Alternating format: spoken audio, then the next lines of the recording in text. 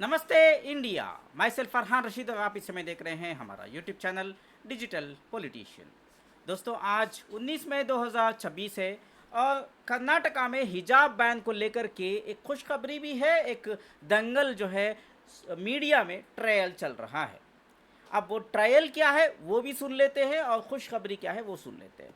आपको तो वैसे भी ऑलरेडी अपडेट मिल चुकी होगी कि हिजाब बैन जो है, जो बीजेपी के गवर्नमेंट ने बैन कर दिया था स्कूलों में, कॉलेजेस में, उसको वापस से सिद्धरामैया की गवर्नमेंट ने जो है उसको एक स्पेशल ऑर्डर इशू करते हुए उसको बैन को लिफ्ट कर दिया। यानी कि अब जो है हिजाब का मसला हल हो चुका है और इसके अलावा कोई भी रिलीजियस चीज़ें जो है, जैसे जनवारा हो गया और बिंदी हो गई, ऐसी चीज़ों को लेकर के सिख जो पेठा पहनते हैं, ये तमाम चीज़ों को जो है अभी पहनने की इजाज़त वापस से दी गई है, जो कर्नाटका की हुकूमत ने किया है।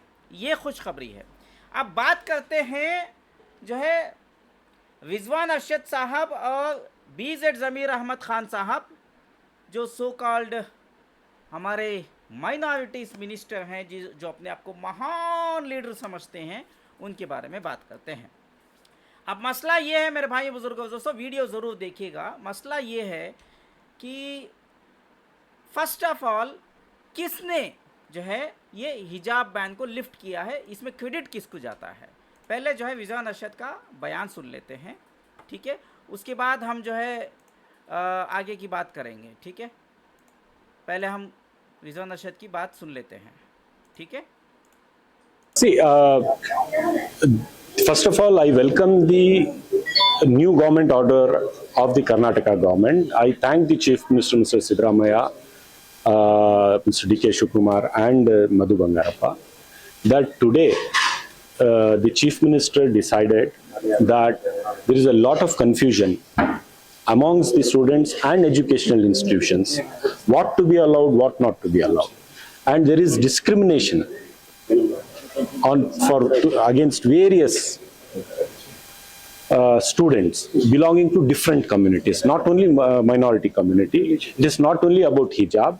The other day there was a young boy who was asked to remove the janivara before entering a educational institution. There are other young girls who are asked to remove the scarf. They were asked to do particular way they had to come.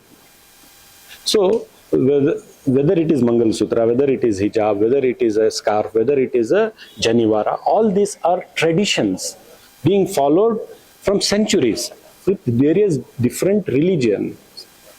So education is a fundamental right of the students. They have to get educated. It is their fundamental right. How can a government discriminate against those students who follow their tradition? How can a government ask them to keep them away from the educational institutions? The government's job is to broaden the spectrum so that every section of the society, the youngsters come and get educated. So this government order has broadened that spectrum, given a clarity that no student, whether he is Hindu, Muslim, Christian, Sikh, Baudh, anybody, can be discriminated for their traditional attire or whatever accessories they wear. One thing clear, sir, you have witnessed the 2023-22, the riots which happened, almost it was riot in the Udupi and the South Kendras. The clear message from those organizations was that how come a minorities can be allowed with the scarf and other things?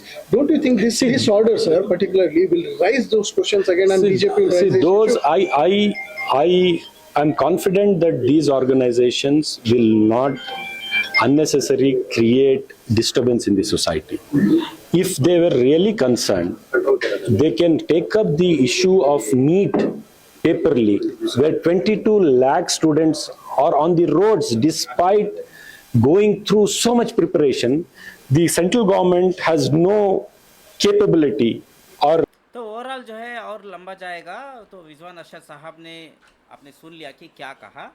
तो ये बयान के बाद BZ ज़मीर अहमद ख़ान जो है ताने मारते हुए इनडायरेक्टली रिजवान अरशद साहब को कहते हैं कि बेगानी शादी में अब्दुल्ला दीवाना बोल के। BZ ज़मीर अहमद ख़ान साहब, आपको याद दिला दो, आप माइनॉरिटी मिनिस्टर हैं। ये मसला हिजाब का जो मसला था वो माइनॉरिटी के डिपार्टमेंट में नहीं, एजुकेशन डिपार्टमेंट में आता है। तो एजुकेशन मिनिस्टर कौन है भाई कर्नाटका के? आप वो तो बताइए। कर्नाटका के एजुकेशन मिनिस्टर कौन है? मधु बंगारप्पा हैं। तो मधु बंगारप्पा जी से विजवान अरशद ने बात किया और बोला ये जो है हिजाब बैन जो हुआ था और ये जनवारा ये रिलीजियस प्रैक्टिसेस को जो है जो बैन किया गया था वो दरअसल एजुकेशन मिनिस्टर से हुआ कि जो है ऑर्डर्स इशू हुए थे, ना कि जो है माइनॉरिटी मिनिस्ट्री से। तो रिजवान अरशद साहब ने सीएम साहब से बात किया, एजुकेशन मिनिस्टर मधु बंगारप्पा जी से बात किया और इस बैन को लिफ्ट किया। तो बेगानी शादी में अब्दुल्ला दीवाना का जो मुहावरा है वो ज़बीर अहमद खान साहब आपके ऊपर ज़रूर जो है लागू करता है, लेकिन रिजवान अरशद साहब के ऊपर नहीं। खैर, रिजवान अरशद साहब को भी इसमें कोई क्रेडिट नहीं जाती है, वो अलग मसला है। उन्होंने एक एमएलए हैं, कौम का दर्द रखे, थोड़ा बहुत दोस्ती में अपने ही पार्टी के मिनिस्टर से सिफारिश लगाई। काम करने वाले शख्स जो है वो मधु बंगारप्पा जी जो हैं, क्योंकि उनके डिपार्टमेंट में आता है, उन्होंने इस लिफ्ट को जो है बैन को जो है लिफ्ट किया है। अब आप जो गाना गाना है गाइए, अब्दुल्ला का गाना गाना है, कुछ भी गाना गाना चाहिए, ठीक है। अब ज़मीर अहमद खान साहब आप एक ही के पार्टी के हैं और रिजवान अरशद खान साहब भी एक ही पार्टी के हैं। सॉरी, नॉट रिजवान अरशद खान बोल रहा हूँ, रिजवान अरशद साहब भी जो है एक ही पार्टी के हैं। अब आप ऐसे मीडिया ट्रायल चलाते रहेंगे। वैसे रिजवान अरशद बहुत समझदारी से काम ले रहे हैं, लेकिन बीज़र ज़मीर अहमद खान साहब जो है समझ में नहीं आता, अपनी पुराने हरकतों से बाज नहीं आते, जो मुंह में आया बक देते हैं। तो इस बार भी बिना सोचे समझे कुछ भी बोल दिए और इनकी टाई टाई फिश हो गई। तो अगली बार से थोड़ा सा सोच समझ के बात करिए, वरना आपकी पार्टी की डैमेज ज़्यादा होगी। आपकी जो है का तो नुकसान होगा ही, लेकिन पार्टी को भी नुकसान ज़रूर होगा।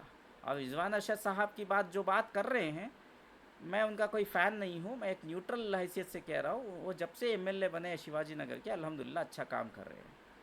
तो ये क्रेडिट वेडिट का जो ये खेल जो है इसको बंद करिए। मैं मानता हूँ बहुत बड़े पावरफुल मिनिस्टर हैं, लेकिन रिजवान अरशद खान साहब थोड़ा हिकमत से कुछ काम भी करते हैं। उनको थोड़ा सा 1% का क्रेडिट तो दे ही दीजिए, 99% तो आप ही ले लेते हैं, ठीक है। कभी काम करते हैं, कभी नहीं करते हैं, खाली जोश में आके बयानबाजी कर दिए। धमाता चबातड़े तो नहीं होता विजय ज़मीर अहमद खान, खाली ऐसा बात करे तो नहीं होता, समझो। तो बीजेड ज़मीर अहमद खान साहब रिजवान अरशद उन्हों जो ही सिफारिश कर को ये हिजाब बैन का मसला हल करे। सो तुम्हारी डिपार्टमेंट नहीं, ना तुम्हारी मिनिस्ट्री नहीं, ठीक है। चलिए दुआ में याद रखिए, इस वीडियो को खूब वायरल करें। आपका फरहान रशीद, मुस्लिम ब्लॉगर।